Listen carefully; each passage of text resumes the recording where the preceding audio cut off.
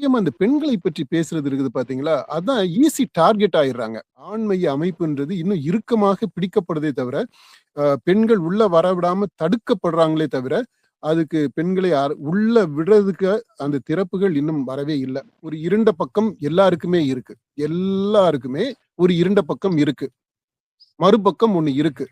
எல்லா அரசியல்வாதிகளுக்கும். ஒரு அரசியலுக்காக, அந்த ஒரு ஆதாயத்துக்காக தூண்டி விடுறது தான். இதெல்லாமே தூண்டி விடுறது பேசுறது தான். இது எல்லாமே வாக்க மையமாக வச்ச ஓட்டு அரசியல் இது. இந்த ஓட்டு அரசியல் இந்த நிலைமை மாறணும். இதை மாற்ற முடியும்.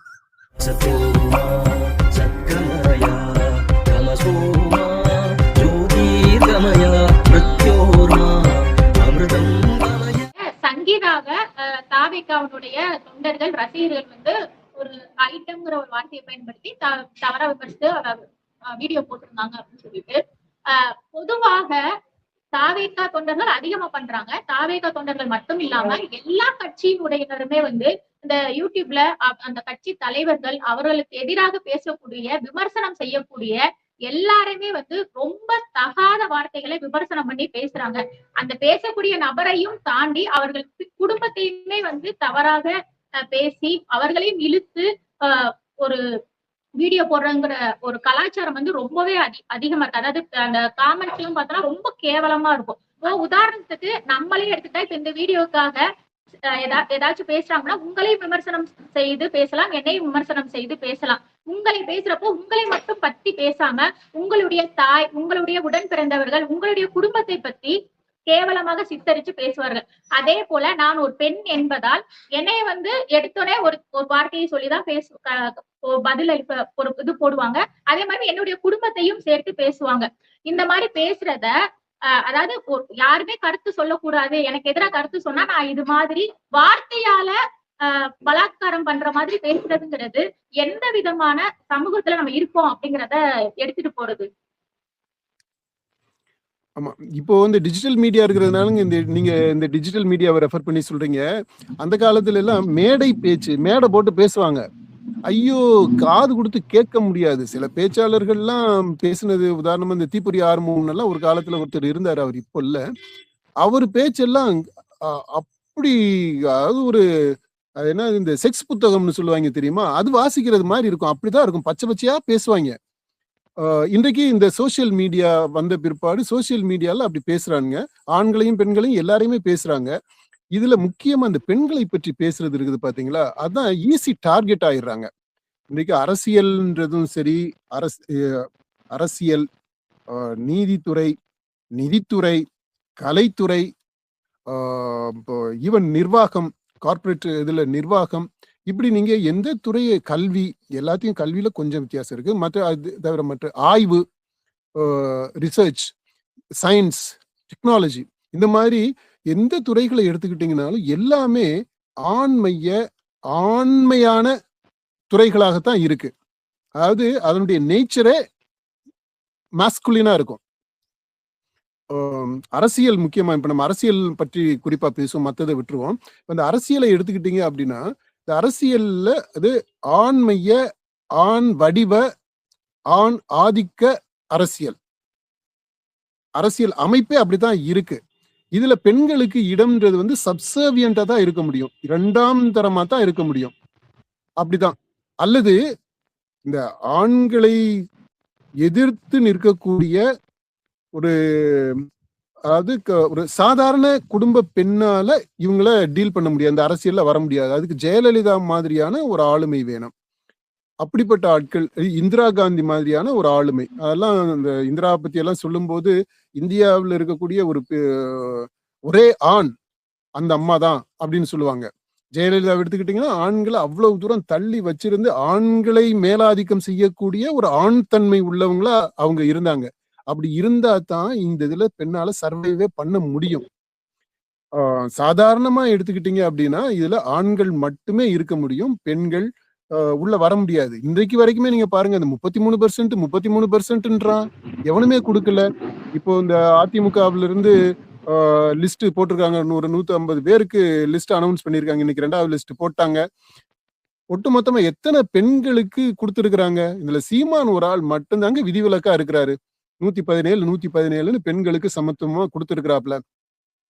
மத்தவங்க எல்லாருமே பார்த்தா அந்த அரசியல்ல ரொம்ப ஆண் ஆதிக்கத்தை விட்டு கொடுக்கறதுல கொஞ்சம் கூட அவங்களுக்கு உடன்பாடே கிடையாது. எப்படியாவது இத பெண்களை உள்ள வரவிடாம தடுக்கணும் அப்படின்னு தான் பாக்குறாங்க. அதனாலதான் இந்த சட்டங்கள் எதுவுமே நிறைவேற்ற விடாம அவங்க பாத்துக்கிறாங்க. ஆனா பேசுவாங்க. வாய்களுக்கு நாடாளுமன்றத்துல பேசுவான், மேலவையில பேசுவான், கீழே மக்களவையில பேசுவான், மாநிலங்களவையில பேசுவாங்க, சட்டமன்றத்துல பேசுவான், எல்லா இடத்துலயும் பொது வெளியில பேசுவாங்க, இந்த என்ஜிஓஸுமே பேசுவாங்க, எல்லாமே செய்வாங்க. ஆனா இது மட்டும் சட்டம் ஆகாது. அவங்களுக்கு பிரதிநிதித்துவம்ன்றது கிடைக்காது. அதிகாரத்துல பிரதிநிதித்துவத்தை பத்தி தான் நம்ம பேசுறோம். அதிகாரத்துல அமைச்சரவையில பாதிக்கு பாதி பெண்கள் இருக்கணும் அப்படின்றதெல்லாம் எப்போ வரும்னு தெரியாது. ஆனா இது ஈரோப் எடுத்துக்கிட்டீங்க, வளர்ந்த நாடுகள் எடுத்துக்கிட்டீங்க அப்படின்னா அங்க கொஞ்சம் வித்தியாசமா இருக்குது. நிலைமை மாறி இருக்குது. அரசியலே பெண்களை ஏற்றுக்கொள்ளக்கூடியதாக மாறி இருக்குது. சில அந்த பெண்மை தாய்மை உள்ளதாக அரசியல் வடிவம் மாறிக்கிட்டு வருது. நம்ம நாட்டை பொறுத்த மட்டும் இந்தியாவுல ரொம்ப இறுக்கமா தான் இருக்குது. இந்திய சமூகமே இறுக்கமான சமூகமா தான் இருக்கு. இன்னுமே அது அதாவது இன்னும் பிளெக்சிபிளா வரல, தளரவே இல்லை. கொஞ்சம் கொஞ்சம் தளர்ந்து வர்றதுக்கான முயற்சிகள் இருக்கு. ஆனா திரும்பவும் இப்போ இந்த இந்துத்துவா அப்படி இப்படின்னு எல்லாம் சொல்றாங்க இல்லையா, அந்த மத உணர்வு, அது மத துவேஷம், மத வெறி, மத எதிர்ப்பு அப்படின்றது மாதிரியான வடிவம் கொண்டு திரும்ப திரும்ப வரும்போது என்ன ஆயிருது அப்படின்னா, இந்த அமைப்பு கட்டமைப்பு ஆண்மைய அமைப்புன்றது இன்னும் இறுக்கமாக பிடிக்கப்படுதே தவிர, பெண்கள் உள்ள வரவிடாம தடுக்கப்படுறாங்களே தவிர, அதுக்கு பெண்களை உள்ள விடுறதுக்கு அந்த திறப்புகள் இன்னும் வரவே இல்லை. தமிழ்நாடும் அதுல இருந்து ரொம்ப வித்தியாசப்பட்டெல்லாம் இல்ல. இந்திய பண்பாட்டு சூழல் இருக்கு இல்லையா, அதனுடைய எக்ஸ்டென்ஷனா தான் தமிழ் பண்பாட்டு சூழலும் இருக்கு. அதுல இந்த சீமான் மாதிரியான ஒரு சிலர் அரசியல்ல சில தாக்கத்தை ஏற்படுத்தணும் அப்படின்னு சொல்லிட்டு சில முயற்சிகளை மேற்கொண்டிருக்கிறாங்க. அதனாலதான் இப்ப அந்த கெட்ட வார்த்தைகளுக்கு வருவோம். இப்ப இந்த பெண்களை பற்றி இப்படி பேசுறது கொள்றது இது எல்லாமே என்னன்னா, பெண்கள் ஆண்களுக்கு போட்டியாக வந்துடக்கூடாது, ஆண்களுக்கு இணையாக வந்துடக்கூடாது, ஆண்களை மீறி போயிடக்கூடாது. ஆண்களை மீறி போறதெல்லாம் 3வது கட்டம். முதல்ல பெண்கள் உள்ள வர்றது, அப்புறம் பெண்கள் இவர்களுக்கு இணையாக வருவது, அப்புறம் இவர்களை தாண்டி போறது. இப்ப இது மாதிரி 3 நிலை இருக்கு. இப்ப நம்ம முதல் நிலை தான் இருக்கு. இந்த முதல் நிலையிலேயே இவ்வளவு போராட்டங்கள் இருக்கு. இப்ப இதுல உண்மையா பெரிய சவால் தான். உண்மையிலே இந்த இதெல்லாம் மீறி இப்ப நீங்க எல்லாம் இந்த இப்போ வீடியோ போடுறதுக்கு வந்திருக்கிறீங்க அப்படின்னா அவங்க எல்லாம் உண்மையிலே பாராட்டணும். இந்த விதத்துல துணிச்சலாக இறங்கி இருக்கக்கூடிய அந்த ஊடகத்துறை இருக்கு பாத்தீங்களா, அதுவுமே இன்னொரு பெரிய இது பெண்களுக்கு எதிரானது. மீடியாவே ஆண் மீடியா தான். அரசியலுக்கு சொன்னது மாதிரியே தான் ஊடகம். அதை பற்றி இன்னும் நம்ம நிறைய பேசலாம். இப்ப இப்படிப்பட்ட சூழ்நிலையில ஒரு சில பேர் அங்கங்க வந்துகிட்டு இருக்கிறீங்க அப்படின்னா உண்மையில உங்களை பாராட்டணும். அப்ப இந்த பெண் ரசிகர்கள் விவகாரத்துல விஜய் அவர்களுக்கு கண்டிக்கணும், இது மாதிரி வார்த்தைகள் பயன்படுத்தாதீங்க அப்படின்னு சொல்றோங்கிறத சொல்றோம். அதே மாதிரிதான் எல்லா அதாவது யாரா இருந்தாலும் ஆண் பெண்கிறத தாண்டி வழி நடத்தணும்ங்கிறத நீங்க மட்டும் இல்ல, எல்லாருமே பொதுவாக இருக்கக்கூடிய ஒரு கருத்தாதான் இருக்குது. அதே விஜய்க்கு சொல்றத எல்லா அரசியல் கட்சி தலைவர்களுமே யாரையும் பொது வெளியில் இந்த சமூக ஊடகத்தளங்கள் பொது மேடைகள்ல இழிவா பேசக்கூடாது, பெண்களை அவதூறாக பேசக்கூடாது, அந்த விமர்சனம் செய்வர்களையும் அவர்கள் குடும்பத்தையும் இழிவாக பேசக்கூடாது. அதாவது உங்களை குற்றம் சொல்றனா உங்கள் மீது இருக்கக்கூடிய ஊழல் குற்றச்சாட்டு சொல்லுங்க, கொள்ளையடிச்சல் சொல்லுங்க, மோசடியை சொல்லுங்க, நீங்க பண்ண தப்ப பத்தி மட்டும் பேசுங்க. ஏன் என்னுடைய தனிப்பட்ட விவகாரம், என்னுடைய குடும்பத்தை இழிவா பேசுற மாதிரி ஏன் பேசுறீங்க?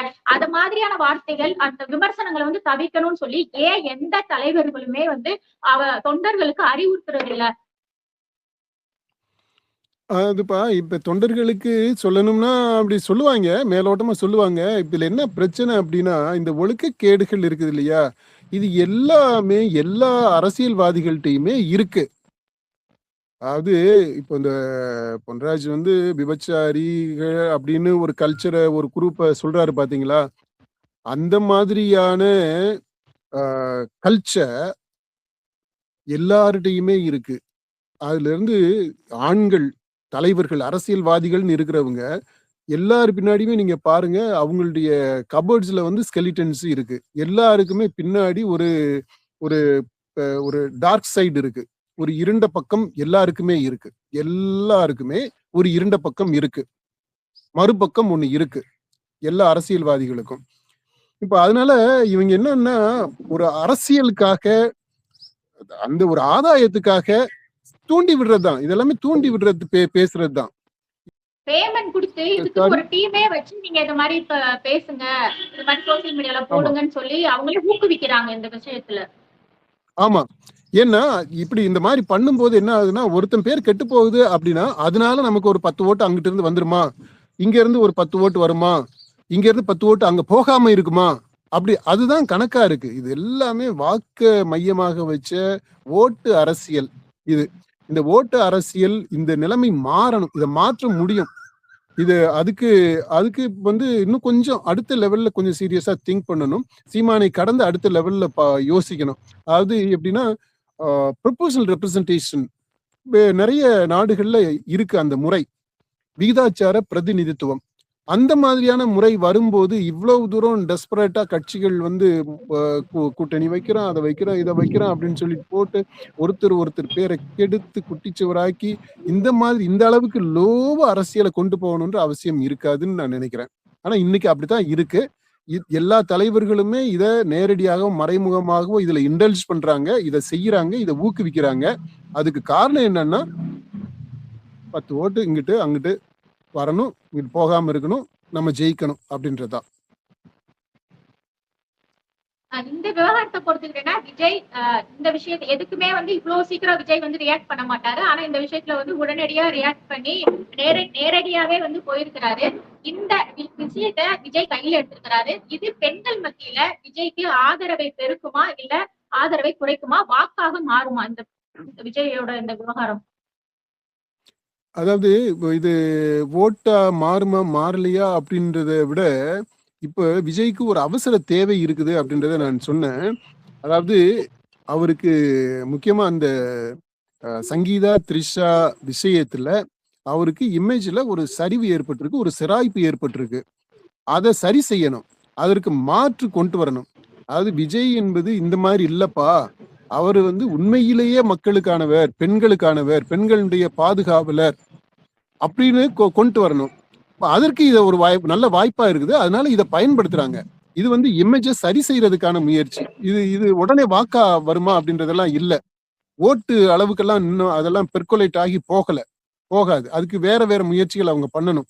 அது ஏற்கனவே இந்த இதெல்லாம் சொல்லி இருக்கிறார் இல்லையா, அந்த சலுகை, இந்த சலுகை, ஆட்டோல பட்டன் வைக்கிறது, இந்த மாதிரியான நிறைய விஷயங்கள் எல்லாம் சொல்லி இருக்கிறாரு.